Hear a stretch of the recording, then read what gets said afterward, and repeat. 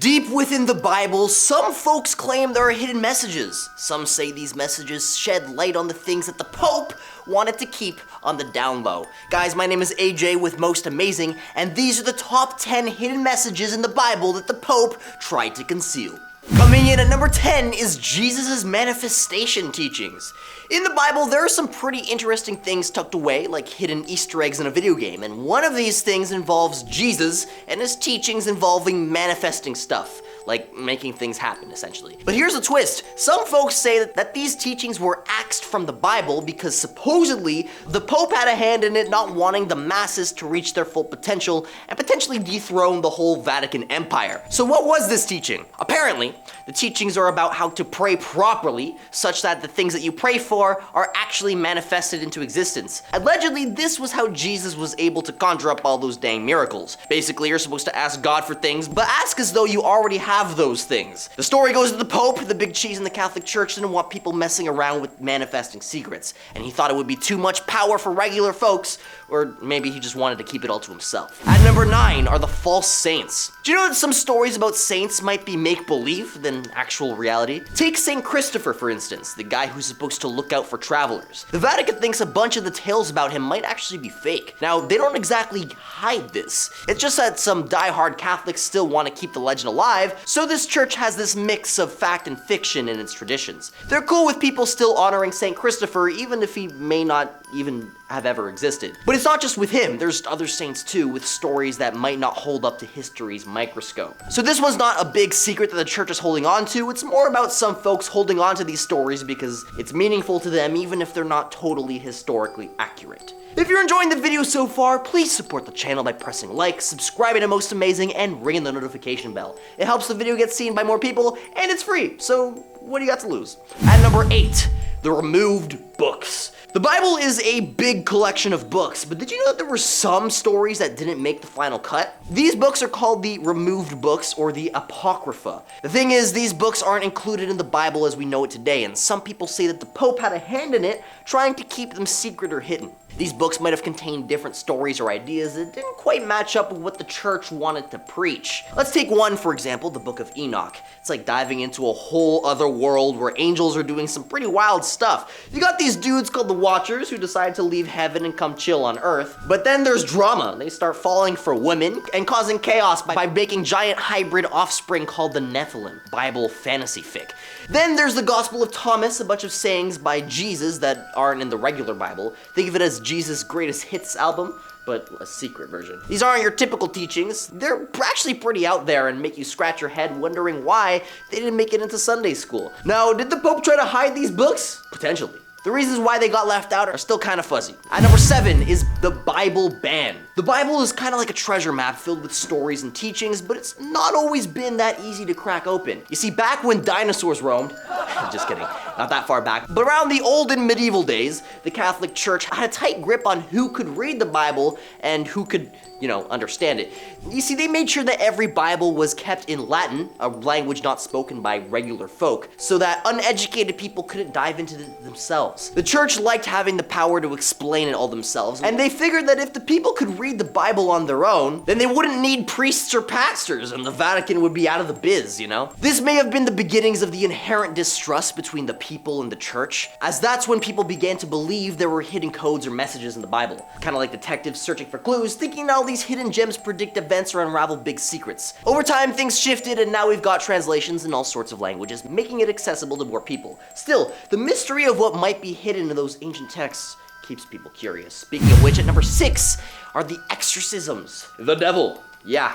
That guy. An old dude once said that the greatest trick the devil ever pulled was convincing the world that he doesn't exist. But in the modern-day Vatican City, the devil is considered alive and well. Even the big shots at the Vatican, like Pope John Paul II and Pope Benedict XVI, took the devil seriously. They did exorcisms, by, getting rid of demons from possessed people. Father Gabriel Amaroth, a big deal exorcist, claims that he casts out loads of demons every year. Now the question here is how these exorcist dudes are able to perform these rituals, as the Bible isn't exactly explicit on the topic. It's led many to believe about a missing book in the Bible that's been removed to prevent public access. Access, the book being specifically about how to handle the possessed people and vanquish demons. Now, just like before, it was thought that The Exorcist would be useless if everyone's Bible included an exorcism handbook. At number 5, the Bible was used to wield power. Throughout history, the Bible hasn't just been about spreading love and peace, as it's been used to justify mass brutalities and dominions of power. I mean, sure, it's a moral guidebook for many, but it's also been used as a tool by the wicked. The whole idea of forcing people into Christianity through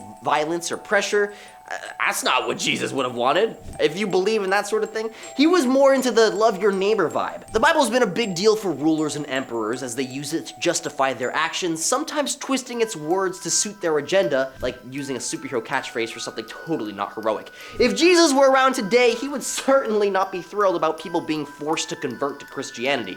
He'd definitely prefer folks to follow his teachings by choice, not by intimidation. At number 4 is the pagan symbolism and rituals, all hidden throughout the Bible.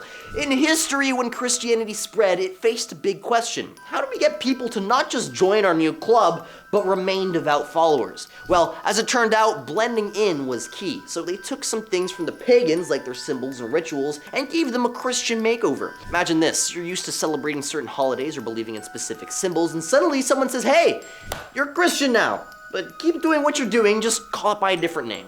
Kind of like a remix. The church wasn't too fussed about the whole fine print of traditions. They cared more about keeping the cash flowing.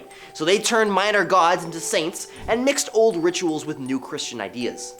Pretty sneaky. At number 3 are vain popes. So you know how we often see these majestic portrayals of popes all regal and esteemed? Well, behind those grand paintings and fancy robes, there's a whole side to the story. See, in the medieval times, some popes were quite the extravagant bunch. Picture this, lavish banquets, excessive spending, and a taste for luxuries that would make your head spin. These guys weren't exactly holding back when it came to their lifestyles. They were building extravagant palaces, throwing parties that would make Gatsby blush, and spending money like it was going out of style. Now, some of them even had mistresses and children, which for guys supposed to be celibate, kind of raised a couple eyebrows. But here's the thing, the Vatican prefers to keep these stories under wraps. It's like they're trying to keep a lid on the wild tales of their predecessors' excesses. Yet, as much as they try to conceal it, the history books and documents from that time spill the beans. It's like they say, the truth always finds its way out, even if it's been hidden for centuries. And number 2, dealings with the Mafia. Now, this one doesn't have to do with the Bible directly, but I thought I would include it because it just shows how sketchy and susceptible to corruption these organizations are,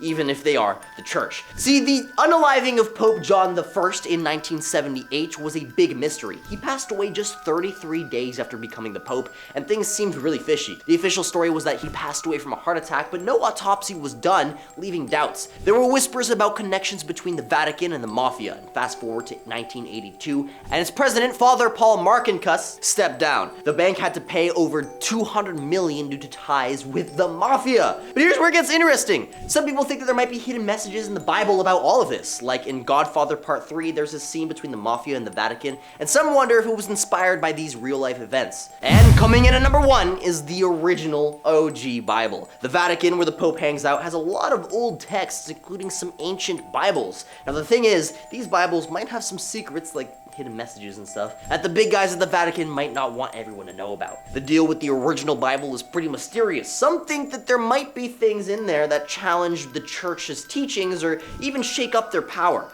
Imagine if there were some wild ideas in there that made people question what they've been told for centuries, which could be a pretty big deal. But there's no solid proof that the Vatican is trying to hide away the original Bible. Some folks think that they might because, well, old secrets can be pretty juicy. But until we get a closer look at these original texts, it's all speculation and mystery. And that concludes today's video. As always, if there's a hidden teaching from the Bible that the Pope tried to suppress that you think I missed here in today's video, feel free to let me know down in the comments, and I'll try to include your suggestion in the next iteration of this list. This has been AJ with Most Amazing, and I'll catch you all in another video.